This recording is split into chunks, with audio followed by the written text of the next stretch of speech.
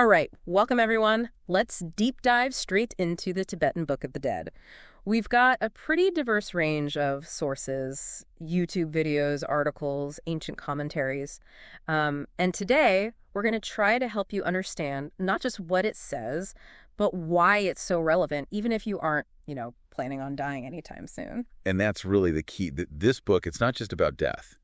The Tibetan name, Bardo Thodol, actually means liberation through hearing during the intermediate states.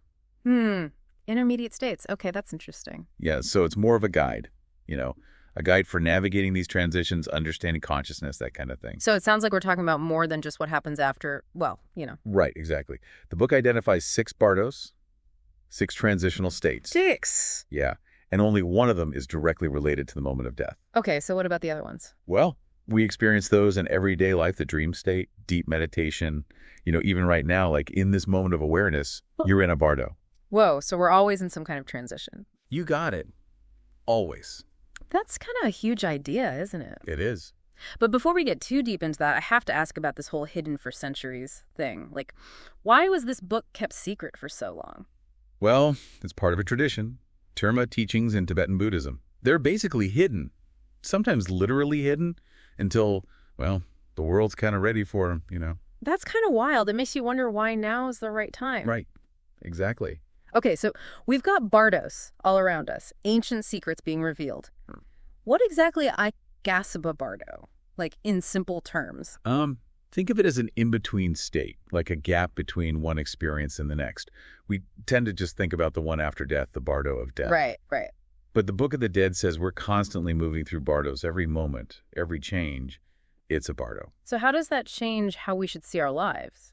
Because it seems like it would be pretty easy to miss those transitions. That's true. You could miss them. But recognizing them, that can be incredibly valuable. Well, you're able to face change and uncertainty with more awareness. To kind of see the impermanence of things without being totally swept away by it. That makes a lot of sense. So instead of resisting, you learn to, ride the wave. Exactly. Yeah. So let's talk about that first bardo, the one everyone thinks of when they hear Book of the Dead, the one about dying. What does it say happens when we take that final breath? Well, one of the first things you encounter is what's called ground luminosity. Okay. And it's described as this brilliant, all-encompassing white light. It's really vivid, intense. And the text says if you recognize it for what it is, right then and there, it leads to liberation. Liberation. Wow. So what does that actually mean in this context? It's like complete freedom from suffering, from the cycle of death and rebirth, from the limitations of our ordinary perception, really. Think of it like basically enlightenment. Wow. But you said if you recognize it, what if you don't? What if you're just, caught off guard? What happens then? Well, then things get interesting. If you don't recognize the ground luminosity, you begin this 49-day journey. Oh, here we go. Yeah, a 49-day journey through a bunch of bardos, encountering all kinds of beings and experiences. This is the part that I've always been fascinated by. One of the videos we watched talked about these crazy visions, peaceful deities, wrathful deities with multiple heads and weapons. It sounded wild. Yeah, it really captures the imagination. But the key takeaway here is that these deities, whether peaceful or terrifying, they're not external beings. Oh. They're projections of your own mind. Wait, so it's like a cosmic mirror reflecting back our deepest fears and desires. Exactly. They represent all the stuff we carry with us. Our attachments, unresolved issues, our baggage, So how does that play into this whole 49-day journey? What are we supposed to do with these visions? Well, that's where things get tricky. The Book of the Dead really emphasizes the importance of recognizing that these visions are illusions, projections. So it's not enough to just see them. You have to understand them, see through them. Exactly. And that's the challenge. So we're talking about recognizing illusions even when they feel incredibly real and vivid. That sounds like a pretty tough skill to master, especially when you're talking about, cosmic deities and all that. Yeah, it's definitely not easy. The Book of the Dead is pretty clear about that. It talks about all these challenges and distractions in the bardos. Right. But it also offers guidance on how to navigate them, how to do it skillfully. Okay, I'm all ears. What kind of guidance are we talking about? Well, one of the most important teachings is to remember the Dharma. Basically, remember the teachings of the Buddha, the truth of reality. So even in the bardo of death, even when we're facing all these crazy visions, we can still tap into those teachings. But how do we do that? It's not like we can just, pull out our copy of the Book of the Dead and be like, oh, okay, what's next? Right. And that's where the power of practice comes in. The more we cultivate that mindfulness, that awareness in this life, the more equipped we are to navigate the bardos after death. It's like building a muscle. The more you exercise it, the stronger it gets. That's a good point. It's like anything else, preparation is key. But I'm curious about how this idea of remembering the Dharma, recognizing illusions, how does that apply to us now while we're still, alive and kicking? That's a great question, and it gets to the heart of why this book is so relevant, even if we're not actively dying. You see, these bardos, these transitions, they aren't just something we experience after death. They're happening all the time. Wait, really? Yeah, in every moment of our lives. So you're saying that we're constantly moving through these in-between states, that everyday experiences can be bardos? Exactly. Think about it. Every time you face a big life change, a breakup, you lose your job, you're entering a bardo. Every time you fall asleep and you start dreaming, you're going through a bardo. Even just moving from one thought to the next, one emotion to another, that's a bardo. Wow, I never thought about it like that. It's like the whole world is a bardo. In a way, it is.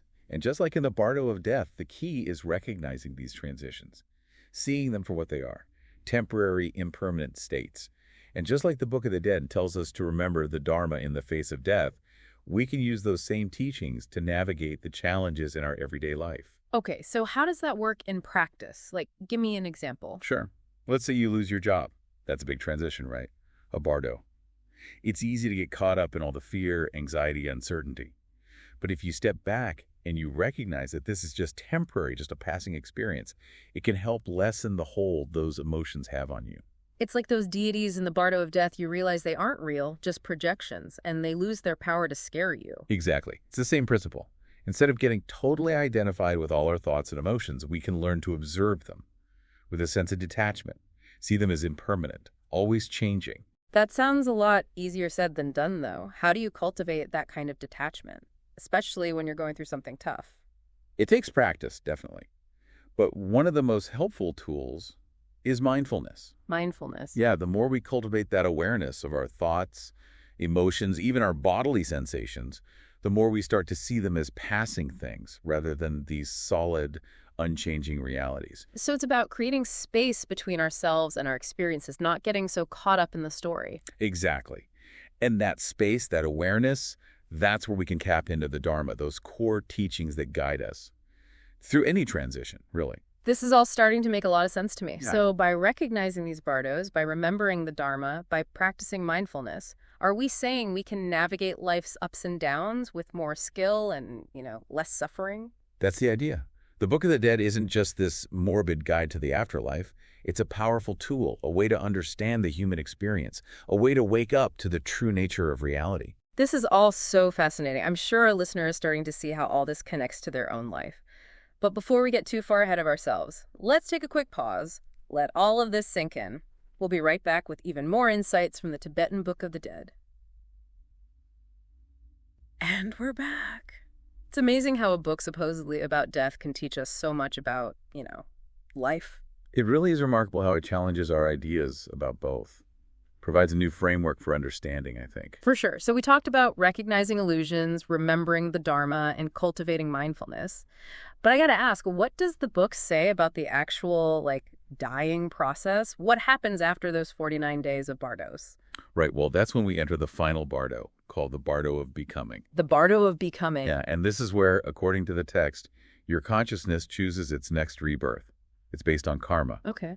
But the goal is to close the womb door. Close the womb door? What does that even mean? It means you break free from the cycle of birth and death and achieve liberation. Wow, liberation from the cycle of birth and death. That's a huge idea.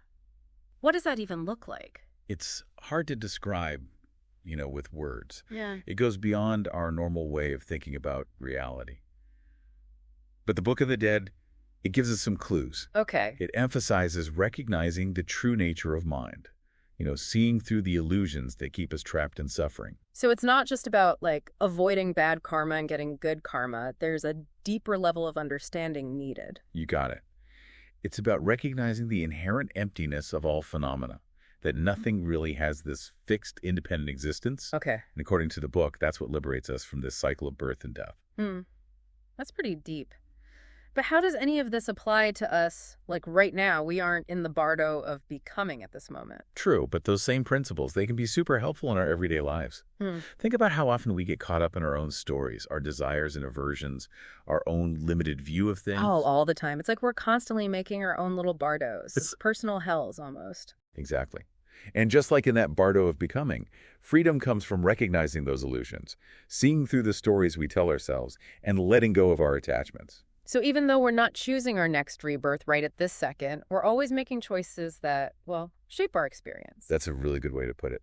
Every thought, every action, every choice, it creates karma, which then goes on to influence our future experiences. It makes you think about that butterfly effect, how even the tiniest thing can have a ripple effect. For sure. And the Book of the Dead reminds us to really pay attention to our choices, to act with compassion and wisdom, and to cultivate a mind that's free from, clinging and aversion. This has been an incredible journey. I know our listeners are feeling inspired.